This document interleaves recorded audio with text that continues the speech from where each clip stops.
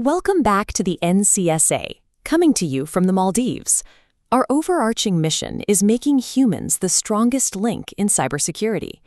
Achieving that requires a shift in mindset, moving away from pure prevention and toward a concept called cyber resilience. In this field, the math is skewed against the defender. A defender has to be right all the time, while an attacker only has to be right once. When defense requires total perfection, the system becomes incredibly fragile.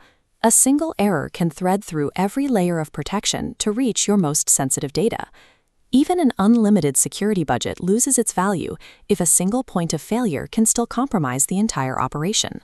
Most failures aren't the result of a genius hack. They come from the mundane: a missed software patch, a hardware component failing, or clicking a single phishing link. If your strategy relies on blocking every single one of these variables, you are building a system that is statistically certain to fail. Many organizations spend their entire budget trying to stop incidents, while leaving the question of what happens after a breach entirely unanswered. True security requires moving past the hope of stopping every incident and preparing for the reality of surviving them. Security focuses on preventing the hit. Resilience focuses on how quickly the organization can stand back up. Consider your own operations. If your most critical application went offline right now, how many minutes or hours would it take to restore it?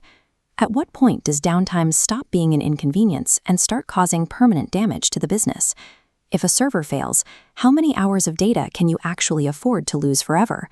If your primary firewall failed today, do you have a replacement on site, or would you be stuck in a procurement process for days? If your domain controller crashed or your primary data center became unavailable, do you have a secondary system ready to take the load immediately?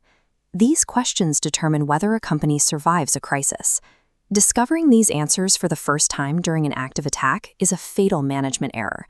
Avoiding a chaotic response requires formally defining your risk tolerance and recovery objectives before a crisis occurs.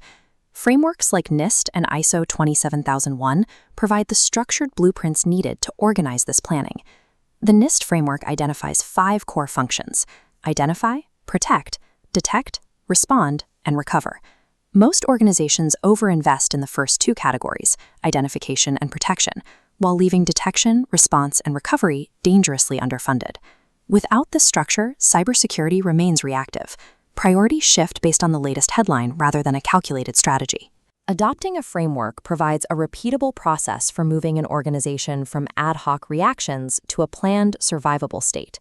A rigid fortress is built on the promise of perfect defense. It is only strong until it is finally breached, and then it shatters completely. Modern resilience functions more like a living organism. It expects to take damage, but it is designed to adapt and continue operating while it heals. Leadership teams should stop demanding that their technical staff provide perfect 100% prevention.